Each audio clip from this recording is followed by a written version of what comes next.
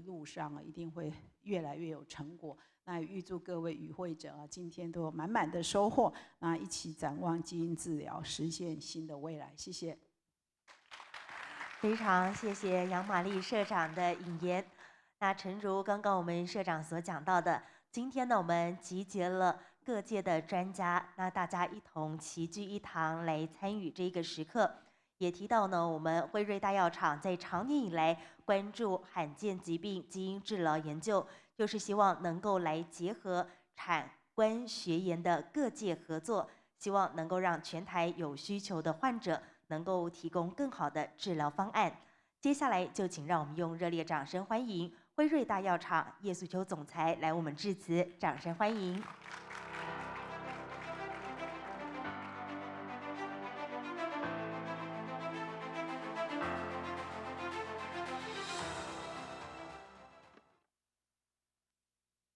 大家早安首先非常感谢远见主办了这样的活动，玛丽社长以及今天与会的所有嘉宾与谈人大家早安。我是辉瑞大药厂总裁叶素秋。我其实是昨天大概傍晚5、6点才从马来西亚回来哦。那这个会议对我来说是非常非常有意义的一件事情。辉瑞在全球将近是175年的这个公司。那在台湾，我们今年刚好庆祝辉瑞在台60周年。那我们的内部团队就在想，过去的疫情3年，辉瑞在全世界帮助了那么多一般的民众们，包括疫苗、口服药物。那 how about 那些很需要我们帮助的罕病病人？再加上现在有很多的新兴的治疗科技，我们就在发想说，在我们庆祝60周年的时候，我们应该多为这个社会做点什么。除了疫苗的以及口服药物之外，那罕病这个基因论坛就是我们今天想要达成的一个这个交流目的。我们讲为什么是多元？这个社会真的是很多元，各式各样的人都有，但是有一种人。他天生下来就是比别人选择少一点，他就有基因方面的疾病。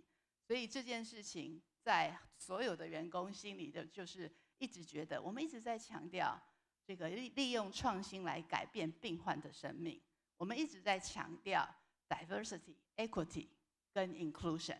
那是不是应该给多一点关注给这些比较没有选择权的人？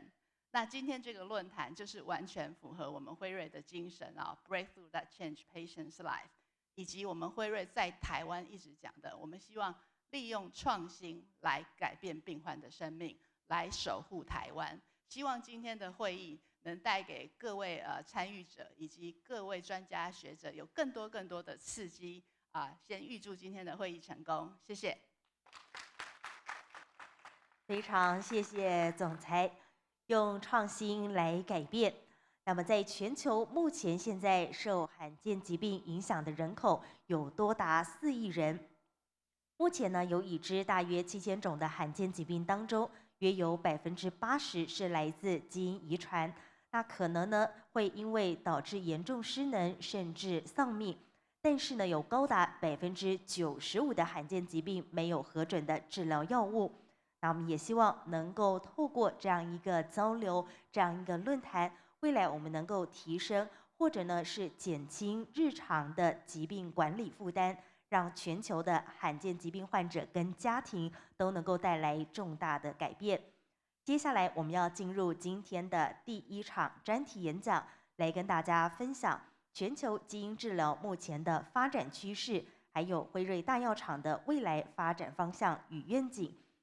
那我们特别呢邀请到的是辉瑞全球基因治疗的资深总监阿比嘎塔。那因为呢议程的调整，所以今天呢由我们总监来我们进行分享。接下来就邀请大家将您的目光转向荧幕，我们把时间交给阿比嘎塔先生。Hi, good morning, everyone. My name is Abhi Gupta, and I'm a Senior Director in Pfizer's Global Gene Therapy business. It is a pleasure to be with you today to talk about Pfizer's gene therapy business. First and foremost, I want to thank everyone in the audience today. I want to start with my Pfizer Taiwan colleagues and let them know congratulations for their 60th anniversary for Pfizer Taiwan. I know in the audience there are a multitude of people who have a lot at stake with gene therapy. So I'm really excited to share with you Pfizer's strategy and vision and how we think that gene therapy can potentially change the lives for patients and for the health system. Perhaps the most important thing I can talk to you today about is the potential of gene therapy. At Pfizer, we believe that the potential of gene therapy means long-term benefits to patients, caregivers, health systems, and society overall. One of the key aspects of gene therapy is where we're starting in rare disease. As many of you know, there are about 7,000 rare diseases, and 95% of them do not have a treatment or an appropriate standard of care. And 50% of these rare diseases affect children. One unique insight that has helped us at Pfizer to understand rare disease has been that 80% of rare diseases have a genetic cause. When we first thought about using gene therapy for rare disease, we were so incredibly inspired by the potential of these one-time treatments that have no approved therapies. Our goal is to reduce the need for ongoing therapies and to reduce the daily burden of disease management for patients. Ideally, we would like to reduce or eliminate costs associated with years of chronic care management over a patient's lifetime and lessen the burden of long-term economic burden that these patients have. If we are able to achieve this, we will enable patients to live longer, healthier, and more productive lives and to contribute to communities and societies in an impactful way.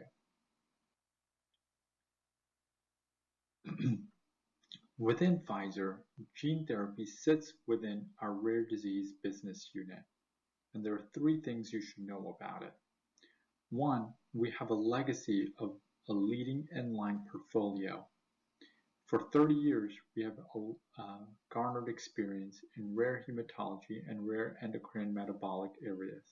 And in fact, we have 8 products currently in clinical development.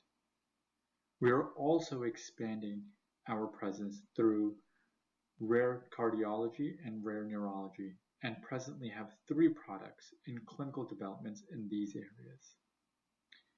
What excites me the most is that we have not just been focused on products, but building end-to-end capabilities in gene therapy. In fact, we have 3 manufacturing sites for gene therapy that I'll go into a little bit more. And collectively, within Pfizer, we have put $800 million to develop these gene therapy manufacturing sites. We're about 1,000 colleagues globally, and we sit in within 100 countries, including Taiwan.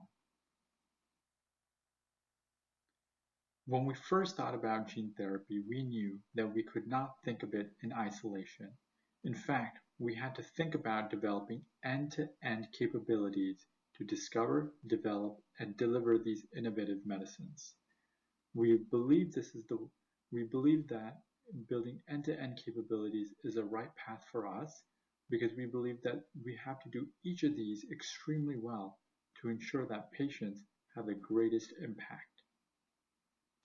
In our first bucket for discovery, we have an expanding portfolio of preclinical recombinant AAV gene therapies, as well as lipid nanoparticle gene editing programs in rare cardiology, hematology, rare neurology, and rare metabolic diseases.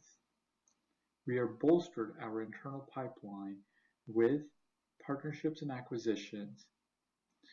And importantly, we believe we were the first ones to manufacture at the 2,000 liter scale recombinant AAVs using the HEK293 cell suspension method. In development, we have 3 late-stage clinical programs, and we have 3 phase 1/2 programs with our partners. Enabling all this is a vast amount of experience in prosecuting gene therapies to ensure that that we are developing gene therapies in the right way. Because we're a global organization, we have a clinical trial footprint that spans the world and enables us to think about gene therapies in patient communities in a holistic way. A cornerstone to our business has been early and active engagement of patients and regulators to understand what is the unique aspects of each region and country that would require the implementation of gene therapies.